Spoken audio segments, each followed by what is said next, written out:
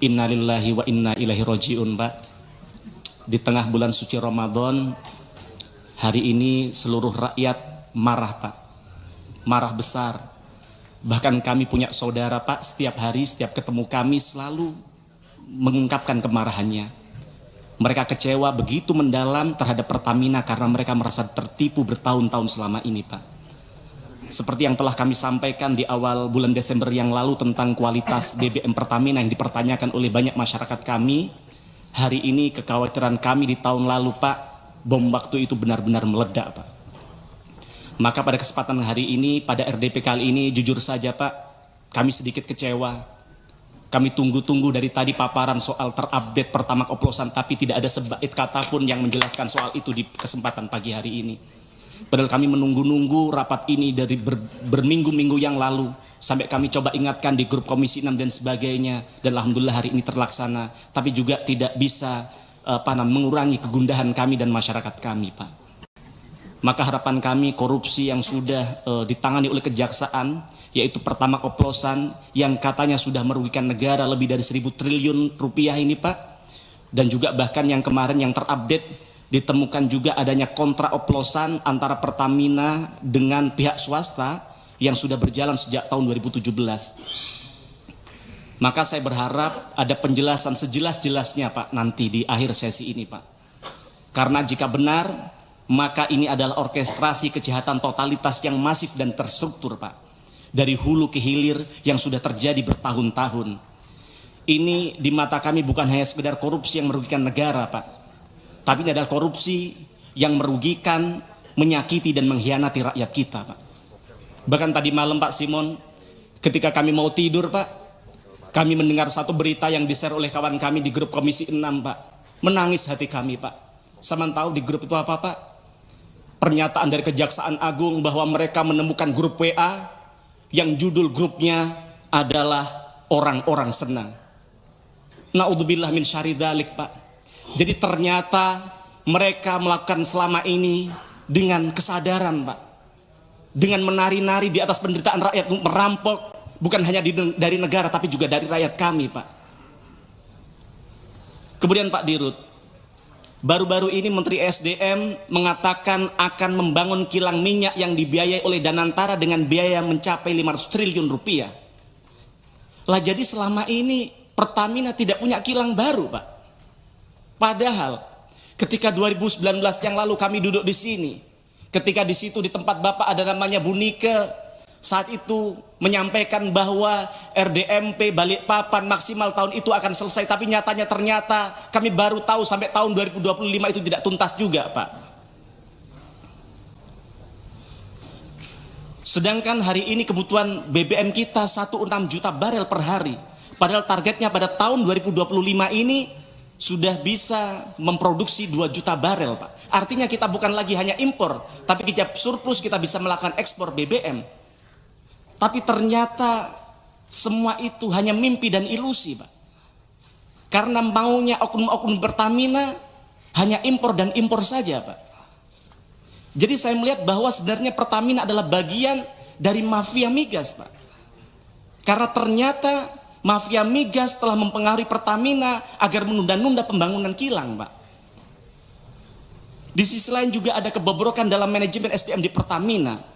Mantan orang dalam Pertamina, mantan orang dalam Petral, entitas mafia yang sudah dibubarkan negara karena tempat sarangnya mafia di dalamnya, malah ternyata dirut Pertamina saat itu, salah satu orang Petral saat itu menjadi dirut Pertamina Patraniaga. Maka tidak heran, maka kemudian namanya Rifa bekerja sama dengan geng mafia melakukan perampokan yang begitu besar terhadap duit negara kalau itu betul terjadi begitu, Pak. Kemudian yang kedua, Pak, heboh Pertamax oplosan saya rasa tidak cukup dengan hanya meminta maaf lalu seolah-olah dosa-dosa Pertamina selesai, tidak. Lalu bagaimana dengan kerugian konsumen? Apa ada inisiatif dari Pertamina untuk memberikan mengganti kerugian mereka, Pak? Ingat, Pak, mereka beli BBM bukan untuk diminum, Pak, tapi untuk bekerja sehari-hari dari kantor ke rumahnya. Saya maka tidak bayangkan kalau seandainya kemudian oksigen dikelola oleh Pertamina, jangan-jangan dioplos dengan karbon dioksida. Maka manfaatkan My Pertamina untuk bagaimana bisa memberikan ganti rugi kepada rakyat kita, Pak. Dengarkan kata netizen, saya pikir ada benarnya. Gimana untuk mengembalikan integritas Pertamina, mereka ganti gasih Pertamax secara gratis selama setahun misalnya. Tapi itu tidak mungkin. Atau seminggu deh, atau sebulan deh. Atau apa yang bisa Bapak lakukan, yang penting rakyat merasa ada upaya dari Pertamina untuk memberikan perbaikan dan minta maaf kepada rakyat. Ingat, para founding father kita mendirikan Pertamina dengan tetes darah dan keringat. Bagaimana kemudian hari ini dihancurkan oleh internal Pertamina sendiri, yang ini harus dikembalikan oleh Bapak. Kemudian juga kalau kita bicara lingkungan hidup kita, hasil uji lab BBM Pertamina hasilnya di bawah standar. Di bawah ketentuan Kementerian LHK, kandungan sulfur Pertamax ternyata sama dengan Pertalite yang 500 ppm, Pak. Bayangkan, standar Euro 4 saja, RON 92 kandungan sulfurnya harusnya hanya 50 ppm. Belum lagi kalau kita lihat punya tetangga kita Shell hanya 10 ppm, Pak. Maka bobroknya Pertamina dari segala sisi ini, Pak. Dari SDM, teknologi, produk, dan sebagainya, ini sangat merugikan berbagai sektor. Maka reformasi inside outside adalah urgent dan wajib untuk segera dilakukan. Kemudian yang ketiga, Pak, jika menilik betapa besarnya gaji yang diperoleh jajaran direksi Pertamina, lebih dari 1 miliar per bulan, setara dengan gaji dirut Coca-Cola, Pak. Bahkan kami cek setara dengan gaji CEO Google, yang merupakan perusahaan global dengan valuasi dan market yang memang mendunia. Bahkan itu kalau ditambah dengan tantiem, dividen, kemudian kompensasi finansial lainnya, maka THP yang diberikan kepada direksi Pertamina 4 miliar per bulan, jauh lebih besar daripada gaji Presiden Republik Indonesia, bahkan jauh lebih besar dari gaji Presiden Amerika Serikat Donald Trump, Pak. Ini amat sangat terlalu luar biasa. Maka seharusnya dengan angka sefantastis itu, direksi wajib bisa memberikan pelayanan terbaik, wajib bisa menghadirkan BBM berkualitas, wajib bisa memberikan BBM yang terjangkau untuk semua lapisan masyarakat, bahkan bisa membuat profit yang impactful bagi negara harusnya. Tapi nyatanya apa? Malah merugikan negara dan melukai rakyat kita hari ini. Bahkan kalau kita lihat di laporan keuangan anak usaha Pertamina, yaitu Pertamina Patraniaga, kompensasi bagi manajemen kunci termasuk direksi dan komisaris mencapai 19,1 juta US dollar atau setara dengan 312 miliar. Bayangkan, duit sebanyak itu kalau dipakai untuk MBG misalnya, bisa memberikan makan kepada 31 juta anak kita, Pak. Atau kalau itu diberikan kepada para guru P3K, para CPNS kita yang diprank oleh negara hari ini, maka itu bisa mensejahterakan mereka sampai nunggu mereka menjadi PNS, Pak. Bukan bermaksud bagaimana, hanya mereminder, Pak. With great power comes great responsibility. Maka evaluasi manajemen beserta remunerasinya di BUMN ini sangat-sangat urgent untuk segera dilakukan. Kemudian yang keempat, Pak Dirut, karena itu saya mengusulkan kepada pimpinan DPR RI, kepada pimpinan Komisi 6, untuk bagaimana segera dibentuk panja BBM Pertamina. Karena jangan berhenti pada pion-pion yang sudah terjerumus ini, Pak. Jangan kemudian ini keluar dari mulut singa masuk ke kandang macan, Pak. Tetapi ini kesempatan untuk membersihkan Pertamina secara menyeluruh. Maka nanti kasihan juga kepada Danantara ketika mereka harus memikul beban berat, karena ternyata Pertamina sebagai BUMN terbesar ternyata boncos dan gembos, Pak. Maka melalui pansus BBM ini kita bisa panggil mantan direksi Pertamina Pak Ahok, yang beliau juga mengkonfirmasi bahwa kalau diundang di tempat ini beliau akan hadir. Kita akan undang mantan komisaris, begitu juga mantan dirut Pertamina Bu Nike, begitu juga mantan dirut-dirut di era ketika dulu Petrol dibubarkan misalnya, Pak. Kita juga bisa memanggil produsen booster RON BBM. Jangan-jangan memang Pertamax adalah Pertalite yang diberikan booster. Maka di kesempatan ini juga saya membantah pernyataan PLT Dirut Pertamina Patraniaga ketika rapat dengan Komisi 12. Beliau menyatakan bahwa tidak ada aditif yang bisa menambah RON. Kenyataannya, Pak PLT, kenyataannya ketika Bapak buka Google, ketika Bapak buka e-commerce, banyak sekali perusahaan yang kredibel, yang menjual aditif, yang menjual booster, yang bahkan menjanjikan bisa menaikkan 5 poin. Misalnya dari RON 90 ke 95 yang jauh lebih besar dari Pertamax begitu. Maka saya sangat yakin masih banyak mafia koruptor, penjahat lain yang masih bercokol di Pertamina ini, mereka tinggal menunggu giliran saja untuk duduk pada posisi strategis, yang artinya Pertamina tidak akan pernah sehat karena di dalam tubuhnya masih tersebar virus-virus yang dorman, sedang tidur dan menunggu time yang tepat untuk bangun, atau bahkan mereka bangun cuman belum ketahuan, Pak.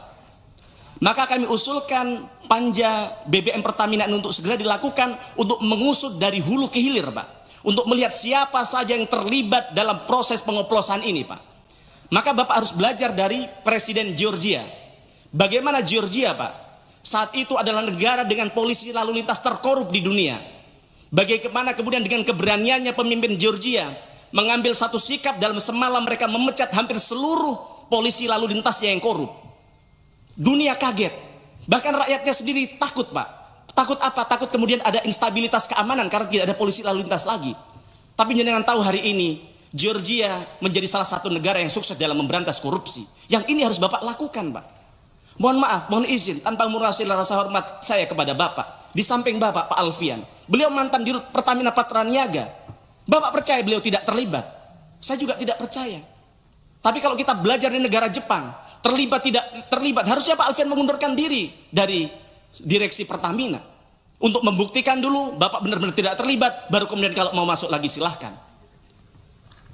Kemudian, Pak, untuk menyelamatkan nama besar dan bertahap mengembalikan kepercayaan publik, setidaknya saya mengusulkan dua hal, Pak. Yang pertama, Pak Dirut, saya mengapresiasi Anda ketika konferensi pers menyatakan permintaan maaf atas kejadian pertama oplosan. Tapi saya kira itu tidak cukup, Pak. Belum menunjukkan ketulusan hati Pertamina. Ini masih sekedar lip service semata, Pak. Jika memang Pertamina benar-benar minta maaf, maka harus melakukan taubatan nasuha. Harus menunjukkan bagaimana seluruh insan Pertamina itu tidak hanya meminta maaf secara lisan, tapi juga dari gestur, dari perbuatan, dan dari pelayanan yang dilakukan. Tidak cukup pula hanya mengganteng si bocil anaknya Deddy Corbuzier, Pak, yang ini justru melecehkan, meremehkan, dan melukai hati rakyat. Juga tidak perlu mengendorse namanya Fitra Eri, yang untung namanya Fitra Eri punya integritas, karena dia tidak yakin ini tidak benar-benar terjadi, maka dia tidak mau melakukan. Tidak perlu juga bayar-bayar buzzer, Pak. Daripada anggaran Pertamina untuk bayar buzzer untuk mengendorse anaknya Deddy Corbuzier, lebih baik uangnya untuk mengembalikan kerugian rakyat yang sudah mereka alami, Pak. Saya melihat perilaku insan Pertamina pasca Dirut minta maaf ya sama saja. Contohnya, itu Bu Korsek Pertamina Patraniaga. Kami menyampaikan sesuatu secara resmi bahwa kami akan melakukan sidak fraksi PDI Perjuangan, tapi ada balasan dari beliau, tidak ada. Mas Mufti, iya, aspirasi dari teman-teman sudah terlalu panjang. Sudah terlalu panjang ya, siap. Okay. Sebentar, Bu, Saya sedikit mengingatkan. lagi, tinggal monggo, okay. dituntaskan. Okay, sebentar. Ya, sebentar. Okay.